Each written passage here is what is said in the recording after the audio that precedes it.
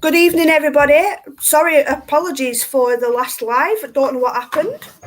No idea. We just froze and then we got cut off. Oh, let's see if StreamYard behaves itself now then. Oh, where was we? We were doing quick fire questions. So my last question was summer or winter? Definitely summer. Yeah. See, I like winter because it's Christmas, but at the moment, I don't like this really, really freezing cold weather at the moment because it's making shopping horrible because you're just shivering in between shops and it's not nice. I'd prefer a warm Christmas, so maybe I might have to move to Australia.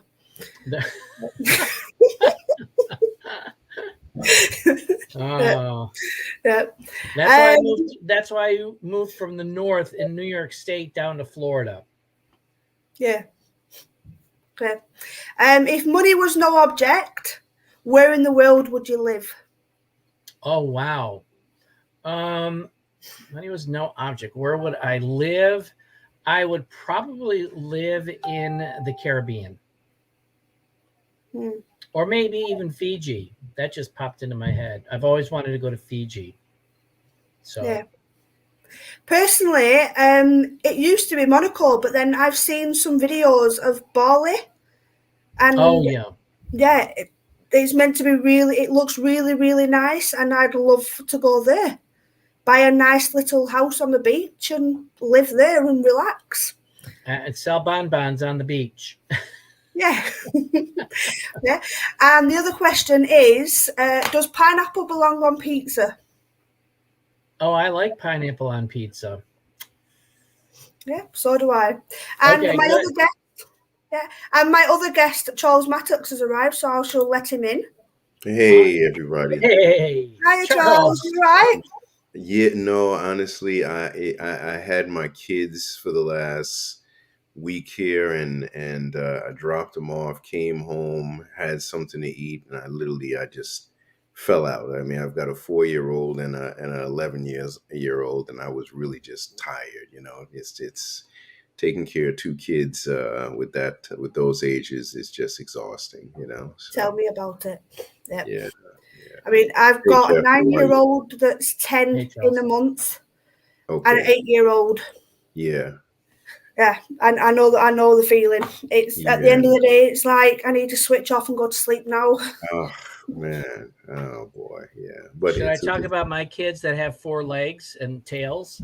Oh yeah. I got one of those too. Trust me. Yep. I've got 9 cats, so technically I've got 11 kids. Yeah. Yeah. Yeah. You are a busy mom. Very. Very busy. But I'm sure you guys had great conversation, and I'm sure Jeff and you hashed out a ton. Anything you want to ask, definitely I can try to do my best. Yeah. Well, actually, this is a second chance. This is second chance of going live tonight because it kicked us off the first one. Don't know why. Okay. So we've only just come on. Gotcha. I've obviously had a few warm-up questions because it's the first time I'm meeting Jeff tonight. Okay. Yeah. So obviously we're going to jump straight in. Tonight we're going to talk about food and mental health. Obviously we all have those rubbish days where we reach for maybe the chocolate and ice cream or a takeaway as comfort food. But I want to know what sort of food is going to help us positively. So we'll start with you, Charles, seeing as you just come. Well, in what I do, it's I created a show recently that just aired called Reversed, and it's still airing now. It's getting ready to go to Cox and nationwide channels. But I deal with people who are dealing with such conditions as diabetes, high cholesterol, hypertension, things like that. And obviously foods that are help reduce inflammation, oxidative stress. So we kind of stay away from and follow more of a low carb, low starch no sugar, very little. Try to eliminate, salt and things like that as much as you can, because those are the things that really introduce a lot of other conditions, right? Yeah. That's why people that we deal with are able to come off medication, are able to lose weight, and really just change their life, and get rid of certain conditions that they deal with when they stick to foods that aren't a ton of carbs and starch and sugars. And sugar is a terrible thing for the body and overall body. So I would say foods that are God's foods, right? I mean, staying away from anything that is processed and just not good for us. I think when I was diagnosed with type 2 diabetes, I didn't know what to do, so I kind of went on a God's diet, which was fruit and vegetables and some lean meat and some fish, and just drank water. I think also a lot of things come from the sodas and the fruit juices and things like that are full with sugar. So and a lot of mental health can come from poor diet and just not being where we want to be um, with our bodies. I know I suffer from a mental health, and I spoke about it before, mental health situation as far as my food discipline and being addicted to food. And I mean, I do amazing, and just even the other day I had a raging thought of I needed to get some Chinese food, and I was like somebody who was on cocaine. I couldn't be stopped until I went and got this Chinese food. And it was probably one of those things where the next day I was like, that was not even the next day, probably 5 minutes after I ate it, I was like, that was horrible. Why did I do that? Why couldn't I stop myself? And it wasn't even worth it. So yeah, that's pretty much it. But you learn from those moments, Charles, because we always have those. And Yeah, as you go through that journey, eventually you'll just walk by that Chinese restaurant. yeah, yeah, yeah. And I knew better, and that's the thing. Jeff, I felt myself going there, and I knew I shouldn't have done it, and it was the worst thing that I did per se. And I'm like, it was amazing. It was but you know what, I almost had to do it because I really had to, number one, realize that I did that, and that I was still uh, susceptible to that, even though I have great um willpower. Right. But and I also needed to realize that food, it wasn't worth it. That whatever I was dreaming in my mind, um, it wasn't good at all, Jeff. So um, Right. Well, and this kind of branches off into more of what I'm all about, because I'm about the microbiome, which is the gut brain heart axis. mm, And it is a science that's disrupting the health and wellness industry mhm, because, and it goes back to Hippocrates, who was the first who documented all disease yeah, starts in the gut. And this is yeah, why I'm wearing healthy gut, healthy mind, yeah, because over 90% of the neurotransmitters are created in our gut. And if we're feeding our guts with foods that are processed, mm, you've got fried foods and the sugars you talked about, preservatives, food additives. This gives an altercation to your gut microbiome. So it goes from a state of biosis to dysbiosis. And then mm, that communication between the gut and the brain is disrupted. And those neurotransmitters, when it comes to anxiety, stress, and depression, are activated to bring up the stress levels, to bring up those bad thinking ideas about I need. And this is where the addiction comes in. You talked about addicted. mm, And this is these chemicals that are in the foods here, especially, and they're all over the world. But, I've done a lot of research here in the United States yeah, that these chemicals that are in the foods that are preservatives are known factors to mhm, causing anxiety, causing stress, causing depression. And this is common knowledge with the Food and Drug Administration and the government. And there's certain amounts of percentages that are allowed in the foods, but over the decades, we're destroying our bodies with these chemicals. And I was telling Kerry offline before we went live, growing up in the 70s, there was really not a lot of sickness around. Today, there are so many autoimmune diseases. You look at kids today who are ADHD and autism. It's all over the place, and it's been building up over the decades, which is unfortunate. And I think that some people are getting sick and tired of being sick and tired, and they're looking for alternative options that are safe and that work. And that is what happened to me 4 years ago. I was down a very, very bad path following Western medicine, and very quickly, I'm not going to get into it really deep, but since I became introduced to the microbiome and this plant-based protocol and the platform that I've incorporated into my lifestyle, I've reversed my type 2 diabetes. I've lost 60 pounds. I've come off of 5 medications, and my stress, anxiety, and depression for decades that was above a 10 plus is now down. Anxiety, stress is down to a 1. And I've had absolutely no depression in 3.5 years, which is a godsend. And who wouldn't want to have that? Yeah. Some people don't, surprisingly enough. Some people don't. Yeah. But no, you're right. I think that, and even when I had a little bit more weight on me, I felt every day I was some other issue that, you feel like you're starting. Every day I had to start over. Every day was, today's the diet. Today's I'm changing this. When you put on certain clothes, it's not that I had a whole lot of weight, but even if it's 10 pounds, if 10 pounds makes me feel, bloated or makes me feel uncomfortable, that could be an episode that you have to deal with. And every day it was the same thing. And then Jeff, I was having these, back then, and it's not even so long ago, but it was just, you get to a place where you're like, man, I can't lose a pound.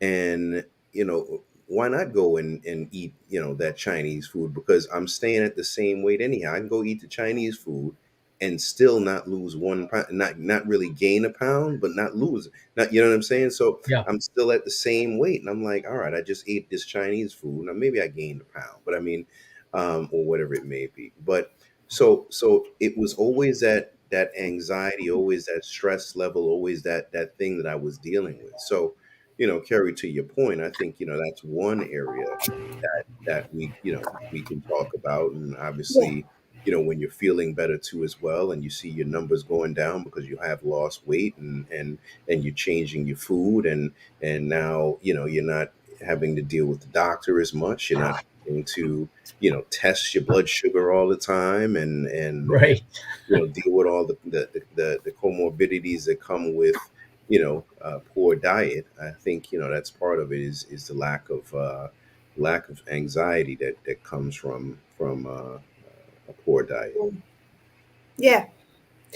I mean, obviously we need stress. It is okay to have those moments where you feel rubbish and you reach for the Chinese food or the takeaway or whatever. That's okay, but it's all in moderation. Well, even, and let me jump in there. Even that,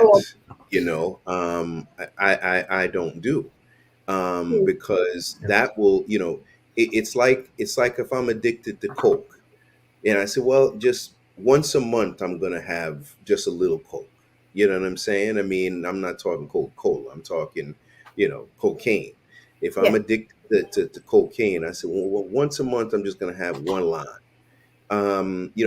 I don't go down that route, because that one day becomes 2 days, 3 days, so on and so. You know what I'm saying? So, me personally, I don't advocate cheat days, because people will turn that on, and it'll become cheat days, plural, and then it'll become cheat weeks, and you're right back where you started. So I literally tried to, because once again, I had the kids over here over the weekend, and I'm ashamed of myself. I mean, I was getting off in the potato chips and I had the other day I had bought them a cake, and I'm not even a guy who loves sweets, and found myself eating this cake. Now, remember, I'm on a really strict situation. I eat twice a day, but really small portions, and I don't eat any carbs or starch or sugar. I'll have, let's say, a steak, and I'll have a little bit of vegetables, and um, and really that's it, and maybe an apple, a green apple.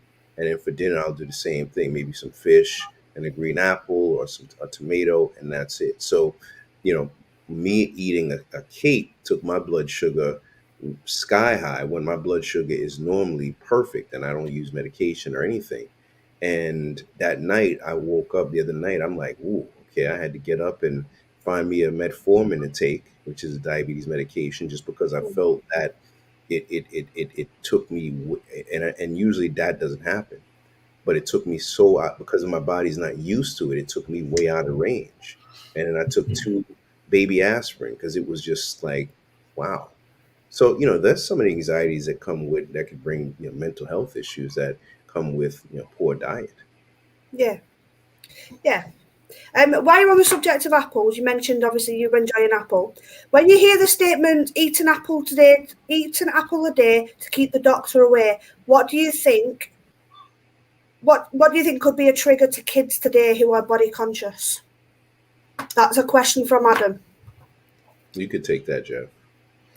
Yeah, so it really starts at home, and getting the parents educated about what's really out there and how all of these fast food restaurants that are popping all over the place are destroying our health. And this is where all these chemical preservatives, the processed foods, the fast foods, they've made it convenient because we're in a high stressed, high paced world today. Um, when I was growing up, my mother made dinner. We sat down at the table 7 days a week when I was growing up. That doesn't happen anymore. Mm, It's, and unfortunately, parents, both parents are working one or two jobs, or even sometimes three, mm, which causes a lot of stress, and they don't have the time to properly prepare nourishment for their body. So they reach for that quick fix, so they don't have to. And this is where the problem has stemmed for the last couple of decades, mm, and that it needs to change. It's starting to change, but very, very slowly. If it doesn't change, again, I mentioned earlier, we look at all the diseases that are out there today. And what Charles said, what I've said about these foods that are out there, this is what they want us to do. They want to get us sick, to become dependent on medications, mhm, and then stay in their cycle.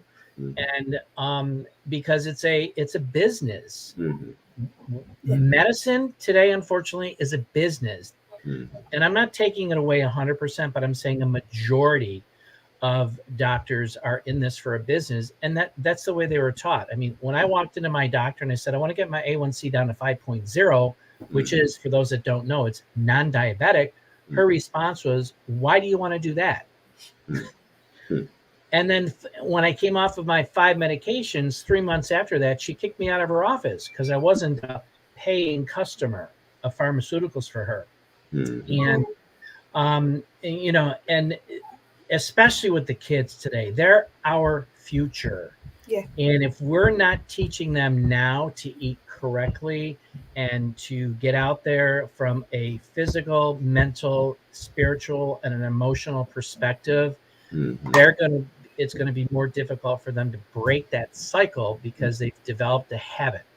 Yeah. And that's what I'm finding more and more today. So And to Jeff's point too as well, I'll add that eating dinner together is getting more uncommon than anything. yeah. But then also you're dealing with kids who are attached to the phone as they're eating dinner. So now they're eating dinner with the phone like this, and eating dinner with one hand and taking the phone and playing the games and um So that is going to lead to obviously children growing up with you know with these attachments, even through dinner, because we so what we eat is now become a little bit more fast food, right? I mean, people aren't sitting down to really eat together. They're not cooking together as much as they Right. should. And it becomes this race to finish, right? Because they want to get off the phone, they want to get off away from the plate so they can get back to playing video games and playing on this Exactly. on the internet, Yeah. social media. So I think that kind of all ties into a place that is not so bright of a future, as far as what we're eating, what we're preparing, and what food and meals are supposed to be attached with the mental health side of things, right? Yeah, absolutely. Absolutely. Yeah. So, and I just wanted to, we talked about preservatives Yeah. especially, and I'm sure that many of these are over there, with the exception of glyphosate. Glyphosate is a chemical that was produced by Monsanto, and it was a chemical in Roundup, which is a pesticide here in the United States. And in 1974, they patented it as an antibiotic. And that's when they started to inject it into the genes of corn and soy to ward off insects back in the 70s. And whatever the insects didn't eat, it went into the foods that we're eating today, because corn and soy is a huge food filler. And now, after 40, 50 years, they're finding people with cancer, developing cancer from glyphosate. But you've got those benzonates, the nitrates, the sulfates. These are all chemicals that preserve meats, preserve foods, and do the research on it, because they show that these chemicals cause mental acuities, whether it's stress, anxiety, bringing up your cortisol levels, and depression. It impacts your brain. And the way I teach people in my, when I'm coaching them, think of this as a body temple. We only have one. We only have one time to live in it, and it was meant for, and it's made of human cells, microorganisms, and viruses. Those are the main things, besides the organs and the systems that we have. But this temple was not meant to ingest man-made chemicals. It was meant to ingest food. God put food here for a reason, and plants here for a reason.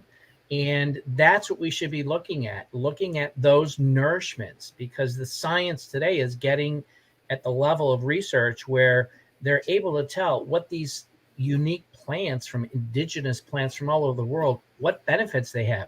Think about Chinese medicine, Ayurvedic medicine, and all of those plant-based medicines from centuries ago. Where are they today?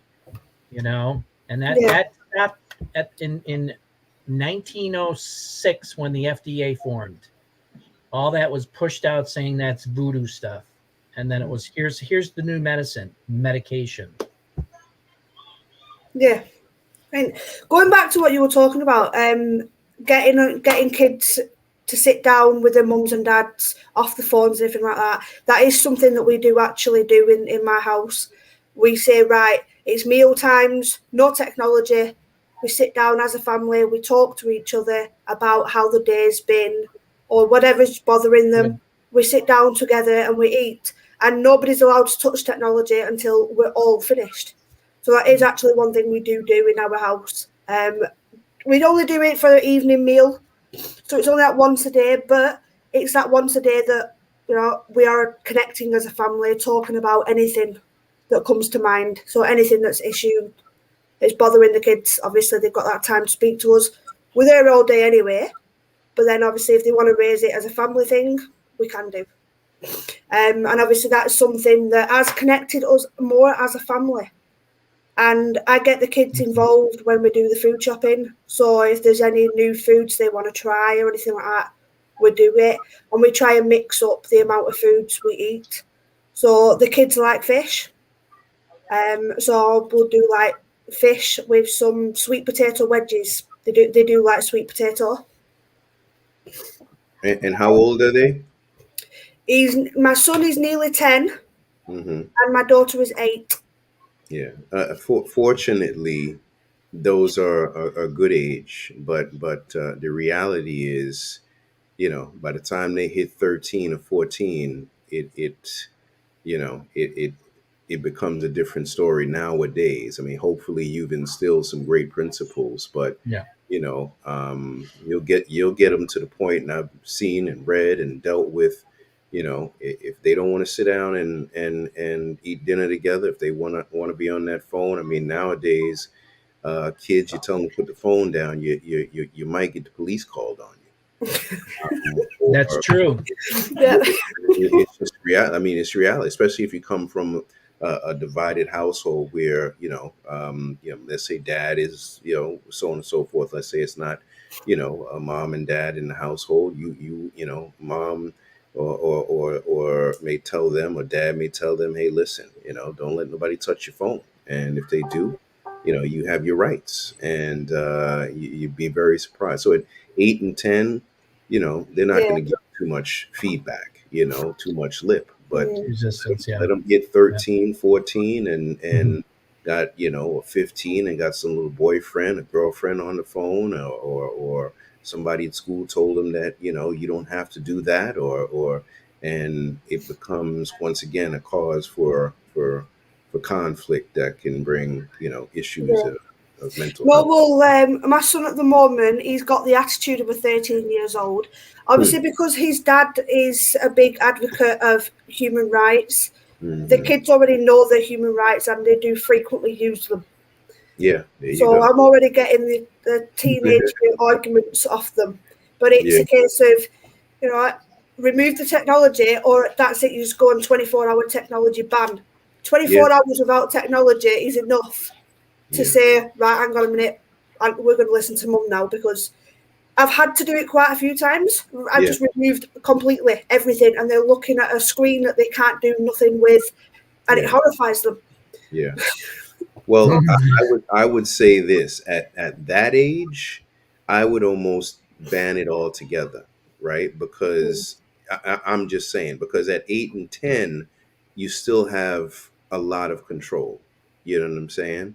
Um, once they start hitting 11, 12, and 13, that control really becomes a little bit more difficult. So it's like me and my 4-year-old. I mean, if I tell him, you know, you're not going to play on that game that he likes to play on one of my old cell phones that doesn't have internet but just has little games.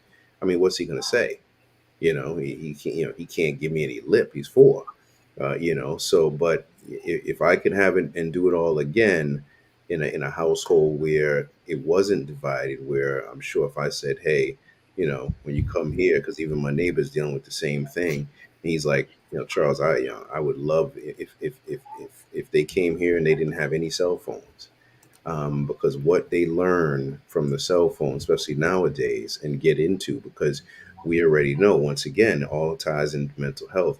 One door opens up to the next. You have these feeds on Instagram where, especially the video feeds, where you start swiping up, and it goes from somebody in India cooking food to some girl backing that behind up to you name it, and that's right there on that TikTok and Instagram feed for them Yeah. to see everything. Yep. So That's Yeah. so true.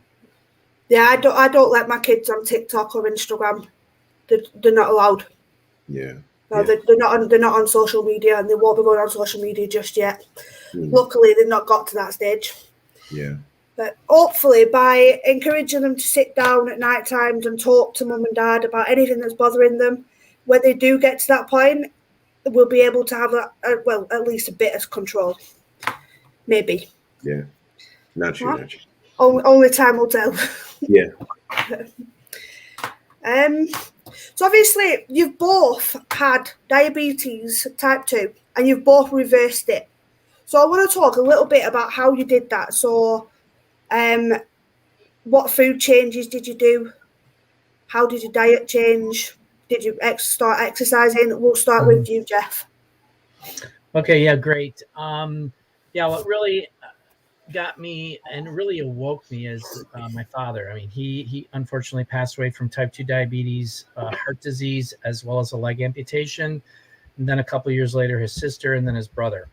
And I was basically next. And I'm like, oh my God, I'm not ready to die. And I was only a couple of years away from when my father passed away. So fortunately, I was introduced to holistic options, and it really opened up Pandora's box, if you will. And I just basically dove in and learned about after being introduced to the microbiome. And was it difficult? It was hell. The first month to month and a half, I wanted to quit so many times because I didn't have the energy, I didn't have the willpower, if you will. But I always planted that seed in front of my face about seeing my father in his casket and what he went through for almost 30 years being diabetic. And I said, no, I got to do this. So for me, it was basically a combination of there was exercise, and I intensified my exercise because it wasn't going to happen. Me losing 60 pounds and just by walking was not going to happen. So I biked, I walked, I ran. That was that part. My food regimen, nourishment, I basically went fully plant-based for 9 months, and went that route to really focus on getting my gut back into a really good state. Then I introduced, during that time, I incorporated a plant-based protocol that targets the neurotransmitters to repairing your gut and bringing mental awareness and opening up that communication through the vagus nerve up to the brain. So the mental anguish that I was dealing with for decades, anxiety, stress, depression. I am also a survivor of 2 attempted suicides as well. But being able to feed my body temple with plants that are specifically related to repairing the damage that's been done in my abdomen and my gastrointestinal system for decades, eating all those fast foods and all that kind of stuff. That was incorporated, and I'm still utilizing that today because it's food, it's nourishment, it's plants. So I've just incorporated it as a lifestyle, a holistic lifestyle. And if I'm doing protein, I'll do wild fish or organic chicken, but I'm really, and it's hard right now because I'm trying to possibly go vegetarian and not do any meat at all. But I'm not, and this is it's a slow progression. You can't do it overnight. So you do it as you're building habits. So that's what I'm working on now. And then of course you've got that mental stress resilience and that mental where you're meditating, you're praying, you are doing something that calms you down, devotions, things like that. That was really difficult for me in the beginning, but it's getting better as time goes on. And that's what I've done to help me, really reverse and be healthy. And I actually came back from my doctor's last week, and with a report, he said, you are the healthiest you've been in over 30 years. And, there's still things I'm working on, but to hear that from the doctor to say your blood work is good, still needs some tweaking here and there, but in general, it's really, really good. So that was great to hear. I bet it was. What about you, Charles? I once again, I really just got into, and I thought I was actually living healthy. I really, like I said, got into the God's plan and God's diet, and really just cut back on all the carbs, the starch. I was actually hitting the gym a lot, and at that point, but I wasn't doing any cardio. It was all weight, so I was all bulky and stuff like that, and I just stopped going to the gym and just started doing a lot of walking and jogging, and I lost probably 20 pounds in a month, and and drank a lot of water. I don't know. Back then, I had some unhealthy choices that I didn't even realize. I don't know why. I used to think drinking ginger ale was better for me because it had ginger in it. um, so I did that and stayed away from the carbs, the starch, and the sugars, and that helped reverse my type 2 diabetes. And it's never it's never an easy battle, but I think like Jeff, I'm pretty much, wouldn't say keto, but I'm low carb. Is pretty much almost no carbs, but low carb. I do have some carbs because I mean, it may be a small cracker that's in this diet that I have, right? So every day I'll have one of those because you have to have some. Your body does need some carbs, so it's a small little cracker about the size of this that I have with a meal, and that's my carbs. And if I'm hungry, I'll snack on a green apple, and drink a lot of water. And I used to drink Diet Coke, unfortunately. Once again, knowing that it wasn't good for me, not or diet sodas, not Diet Coke, but knowing that it wasn't good for me. Um, so just once again, just being transparent because obviously I'm someone who works in this space, but I'm also not what's that song? I'm not only the client, I'm the president. you know, the Yeah, Here Cook for Men or something like that. I'm not only the client, I'm the president. yeah. Well, seeing as Adam has thrown it to our viewers in the comments, I'm going to throw it to you too. What are your experience of any diets? We'll start with you, Charles. Well, the word diet, I mean, is something that we want to kind of take out of our vocabulary. I mean, what Jeff is doing right now and the choices that he makes is a lifestyle. The choices that I'm making right now are a lifestyle. Diets at times can't be sustained. They come and go, and they're fads at times, and a lot of people don't realize that if you slip up on this diet, then you don't know what to do. But on the lifestyle, you might have a weekday here once a month where you kind of like, oh, okay, I got to get back on my lifestyle, and you learn to appreciate the lifestyle. You learn to understand the food. You learn to understand why it's beneficial. You learn to cook some food that actually is amazing. I mean, like I said, I actually only eat now it's a little bit more, but it was basically 3.5 ounces of protein, which is, like this. And you're like, well, man, what am I going to cook with, no salt? I don't add any other outside seasonings and a little bit of salt and pepper, maybe a little bit of, some hot stuff in there, something like that. But that doesn't, it's just natural. And you're like, what am I going to eat?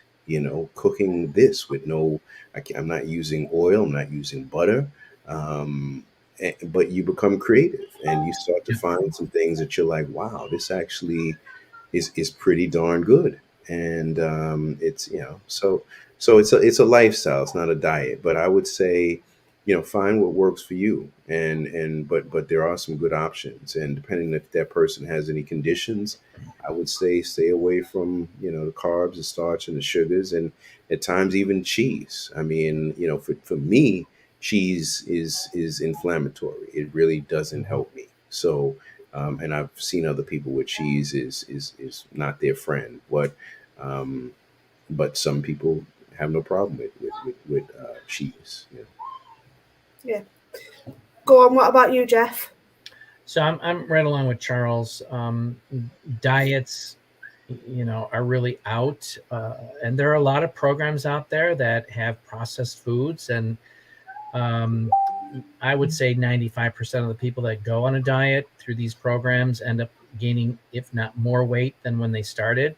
It is a lifestyle change, and as Charles talks about, getting back to God's, what He put here on this earth for us to eat, and getting back to the basics of plant-based, and getting the nourishment, because we don't have the nourishment especially here in the farmlands in the United States. The earth has its own microbiome, it has its own microorganisms, and the plants feed off of that. And with all the chemical preservatives, it's destroyed the farmlands from the nutrients that we so need in our body. And it's really, a diet. Do you diet for 3 weeks and then what happens after that? It's a lifestyle change. You've got to learn how to eat differently to feed your body temple, and that's the key. I think that, and that's what I found that has worked for me, as well as many others. And Charles living proof too of what he's gone through, what I'm going through, and I'm still going through it. And it's a constant daily effort, change, and eventually it's just going to become like habit, like just getting up in the morning and getting out of bed and going take a shower. So, and if you got to have the willpower and the determination, you're going to fail. Everybody fails. You fall down, but the objective is to get back up and keep taking one step at a time, going forward and making those healthy lifestyle changes on a daily basis. It's not stop everything right now and do it now. That'll never happen. Amazing. Yeah. And final question is, if you could give any advice to somebody who has diabetes, any type diabetes, how to reverse it, what would it be? Just one piece. We'll start with you, Jeff. Be open to doing research that is outside of mainstream media and the mainstream of our day-to-day life, because you're not going to find it there. And you need to really take control of your own health and understand you're the best person to know your body, physically, mentally, emotionally, spiritually. And you need to take ownership of that and do your own research to see what resonates with you, to try something different, because what you're doing right now isn't working. And you need to make that change. So be open to getting some information. And it's going to be scary in the beginning. It was scary for me in the beginning. I'm sure it was scary for Charles. But the bottom line is that if you do this, and the benefits outweigh all of the negativeness, in the beginning. It is a struggle, but as you go through that journey, you'll be very, very thankful. Yeah. Thank you. What about you, Charles? Yeah, I would just say that, and I think, Jeff had quoted Socrates, and I think he's the same one, if I'm not mistaken, that said, if we don't become our own doctors, something like that, we're a fool, something to that. So we have to literally become our own doctors, and we have to, if someone was diagnosed with brain cancer, trust me, they would be doing tons of research. They would know every little thing going on if they had brain cancer. Yeah. Unfortunately, it seems like when people are diagnosed with type 2 diabetes, they just get that medication and go home and say, okay, well, this is it. All right, I gotta eat a little bit different. I'll try to eat a salad in there every now and then and do a little walk in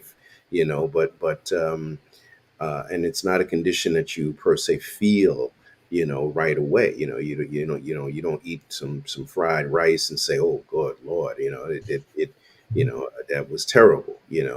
Whereas if with brain cancer, you might feel like your head is about to explode. So people can go years without any real effects that they can really touch or feel until it's too late. So I would think that knowing this condition, studying everything you can upon it, and really taking the time to find out what an endocrinologist is, what a diabetes educator is, and those can be some tools. You have to, like Jeff said, go outside of those tools, because they're going to lead you down one road.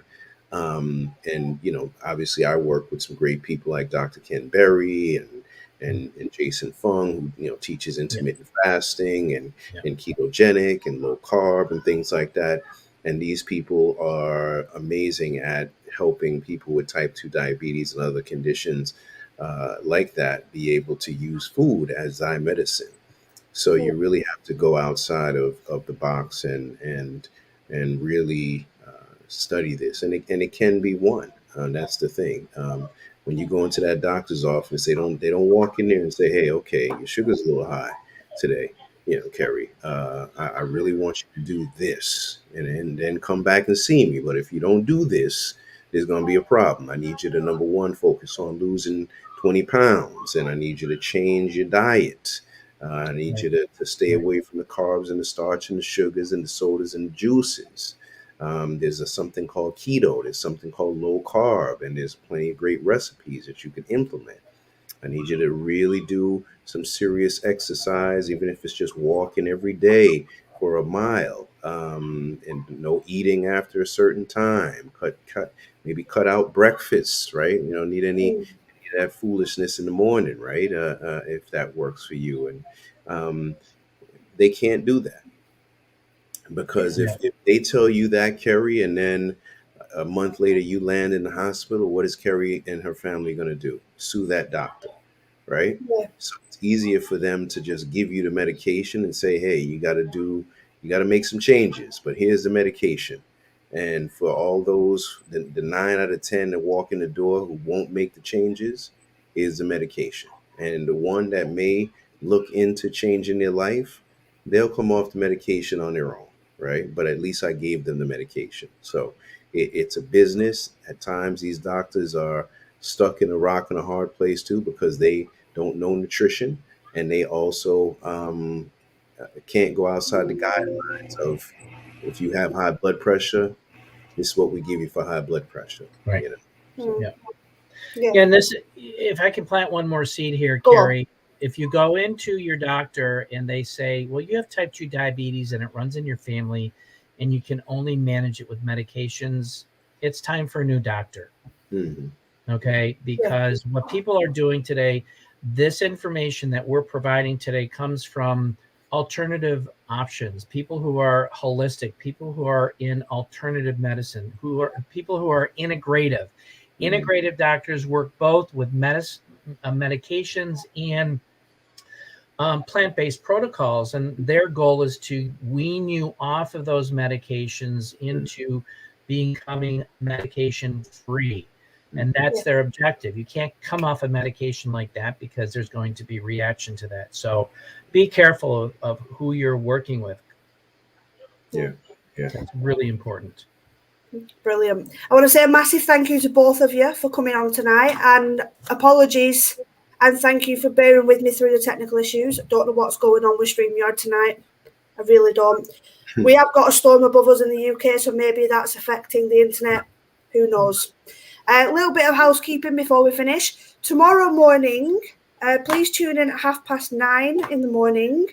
Steve and Tessa's Empower You. They have got 2 brilliant guests.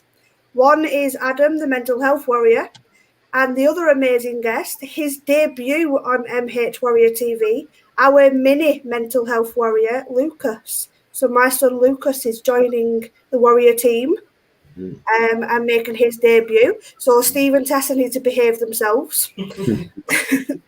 They are discussing autism and the mindset around autism and parents of autism. So that's one to watch out for tomorrow morning. Thanks again for joining us, Jeff and Charles, and see you later. Thank you, Kerry. Thank you very much.